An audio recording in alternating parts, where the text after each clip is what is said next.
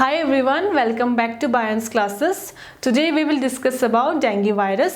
लेकिन lecture start करने से पहले मैं आपको बता दूं कि वायरोलॉजी में मैंने ऑलरेडी बहुत सारी वीडियो अपलोड की है, जैसे introduction of virus, history of virus, morphology structure, general morphology and structure of virus, general replication of virus, DNA viruses and RNA viruses. अगर आपको देखना है तो आप नीचे डिस्क्रिप्शन में चेक कीजिए, मैंने वहाँ पे लिंक ऑलरेडी अपलोड किया है. लेकिन आज का लेक्चर समझने से पहले आई वुड प्रेफर कि आप पहले वाला लेक्चर देखिए ताकि आपको अच्छे से समझ में आएगा. Dengue virus.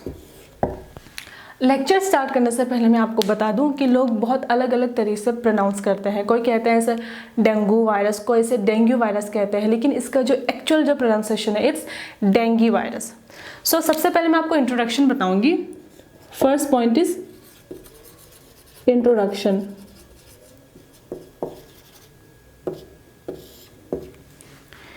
इंट्रोडक्शन में सबसे पहला पॉइंट है इसमें, dengue virus is responsible for dengue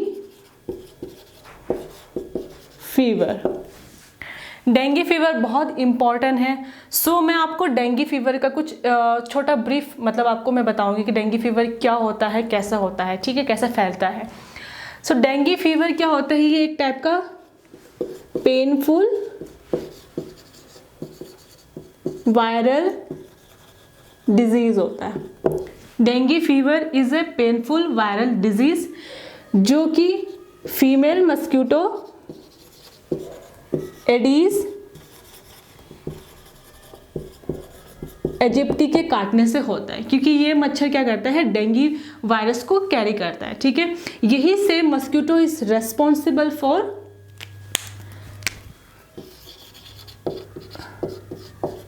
chikungunya and yellow fever के लिए. यही सेम मच्छर जो डेंगू फीवर कर रहा है, यही same mosquito is responsible for chikungunya and yellow fever के लिए. डेंगू फीवर और break bone fever. Dengue fever को डेंगू फीवर या ब्रेक बोन फीवर के नाम से भी जाना जाता है. ब्रेक बोन फीवर इसलिए कहते हैं क्योंकि जब किसी पेशेंट को डेंगू फीवर होता है तो उसके हड्डियों में, जोड़ों में बहुत ज़्यादा दर्द होता है. ऐसा लगता है जैसे कि हड्डी टूटने वाला है, इस टाइप का फील होता है. इसलिए इसे डेंगू फीवर को ब्रेक बोन फीवर के नाम से भी जाना जाता है. Morphology of dengue virus. पहला पॉइंट है इसमें, dengue virus belong to a family flaviviridae. Wait,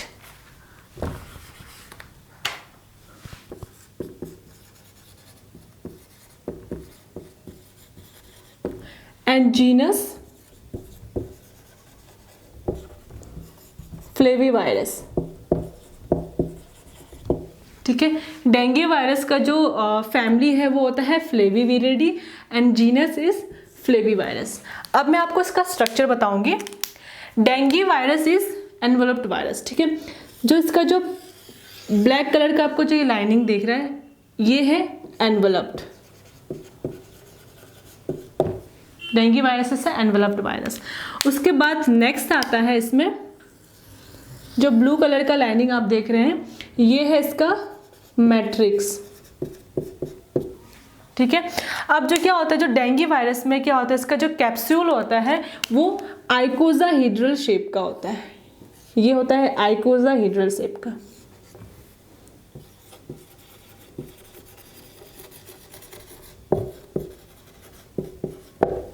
ठीक है. अब इसके अंदर कैप्सिड के अंदर क्या होता है, जेनेटिक मटेरियल प्रेजेंट होता है कि नहीं.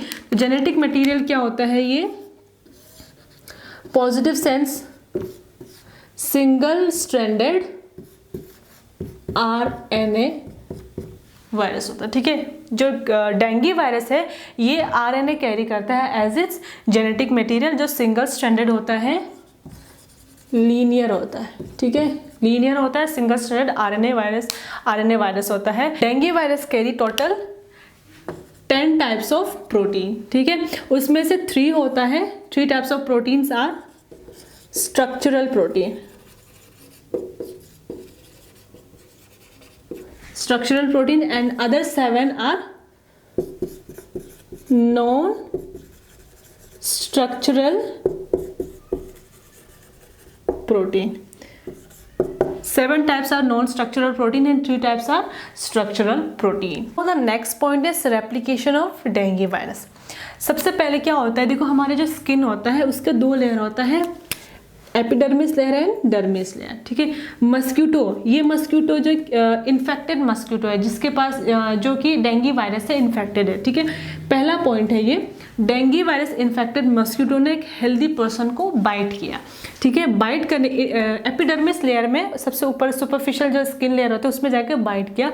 बाइट करने के बाद क्या होता है, जब वो ब्लड सक कर रहा होता है, क्योंकि जो एडिस मस्क्यूटो क्या होता है, ये फीमेल मस्क्यूटो होता है कि नहीं, तो ये एग ले करते हैं, तो इसको प्रोटीन का ज़रूरत होता है कि नहीं, तो प्रोटीन के लिए ये ब्लड पे डिपेंड होता है। तो इसलिए ये ब्लड लेने के लिए जब आता है किसी ह्यूमन से, तो उस टाइम पे क्या होता है, जो वायरस होता है वो ह्यूमन के अंदर एंटर कर जाता है। अब जब वायरस एपिडर्मिस से जब डर्मिस लेयर में पहुंचा, तो डर्मिस लेयर में क्या होता है, हम लोगों का सेल बॉडी में बहुत सारा एंटीजन प्रेजेंटिंग सेल्स प्रेजेंट होता है, ठीक है, हमारे बॉडी में। अब क्या होता है, जो एंटीजन प्रेजेंटिंग सेल होते हैं उसके सरफेस में रिसेप्टर प्रेजेंट होता है, सेलुलर रिसेप्टर प्रेजेंट होता है। अब क्या होता है, जब वायरस, ये डेंगू वायरस के खास बात ये होता है कि इसको सेल रिसेप्टर, कोई भी सेल रिसेप्टर से जाके बाइंड कर सकता है, इसके लिए कोई स्पेसिफिक रिसेप्टर बाइंडिंग का ज़रूरत नहीं होता, ये किसी भी कहीं पे भी जाके अटैचमेंट कर सकता है। तो इसमें क्या होता है, जैसे कि ये स्टार वाला है, ये स्टार वाला ही डेंगू वायरस है, ठीक है, फॉर एग्जाम्पल के लिए। तो ये डेंगू वायरस का जो इसका जो ई प्रोटीन होता है, इसका जो ई प्रोटीन होता है और जो एंटीजन प्रेजेंटिंग सेल का जो सरफेस रिसेप्टर होता है, ठीक है, ई प्रोटीन और सरफेस रिसेप्टर के बीच में क्या होता है, बाइंडिंग हो जाता है। दोनों के बीच में बाइंडिंग होने के बाद में क्या होता है, next point is clathrin mediated endocytosis, endocytosis process चलता है। एंडोसाइटोसिस होने के बाद में क्या होता है, देखो वायरस को अपने आप को सर्वाइव करने के लिए उसको अपने इन्वायरमेंट को चेंज करना जरूरी होता है कि नहीं। तो वायरस क्या करते हैं, अपने आप को सर्वाइव करने के लिए वो सेल के बहुत अंदर पेनिट्रेट, सेल के अंदर पेनिट्रेट करता है। पेनिट्रेट करने के बाद में एक एंडोजोम का फॉर्मेशन करता है, जिससे सेल है, सेल के अंदर एंडोजोम का फॉर्मेशन करता है। उसके अंदर वो वायरस अपने आप को सर्वाइव, एक घर बनाता है, मतलब सेल के अंदर एक अपना ही एक घर बनाता है जहां पे वो अपने आप को बचा के रखता है दूसरे इन्वायरमेंट से, ठीक है। अब क्या हुआ, लेकिन घर बना तो लिया, लेकिन वायरस को अपना मल्टीप्लिकेशन बढ़ाना है, अपना पॉपुलेशन बढ़ाना है कि नहीं, तो उसको घर से बाहर निकलना पड़ेगा। तो वो घर से तभी बाहर निकलेगा, उसके लिए 2 कंडीशन ज़रूरी होता है। पहला है उसका जो घर है, यानी जो उसका जो एंडोसोम है, उसका इन्वायरमेंट एसिडिक होना ज़रूरी है, ठीक है। एसिडिक इन्वायरमेंट हुआ तो वायरस सेल से बाहर निकला।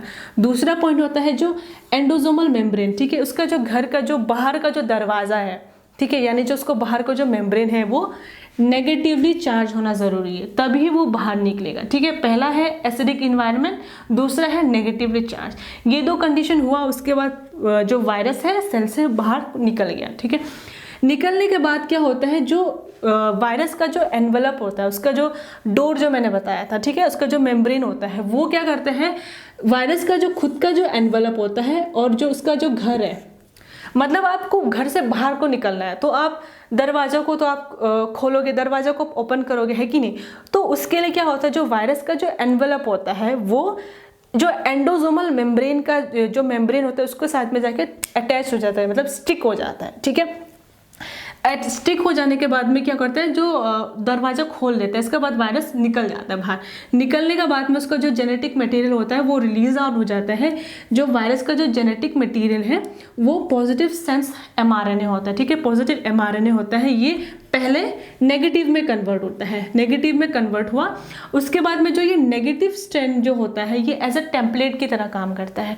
टेम्पलेट की तरह काम करने के बाद में और बहुत सारा जेनेटिक मटेरियल, मतलब और बहुत सारा स्ट्रैंड का फॉर्मेशन करता है। स्ट्रैंड का फॉर्मेशन करने के बाद में क्या होता है, ये अल्टीमेटली प्रोटीन सिंथेसिस करता है कि नहीं।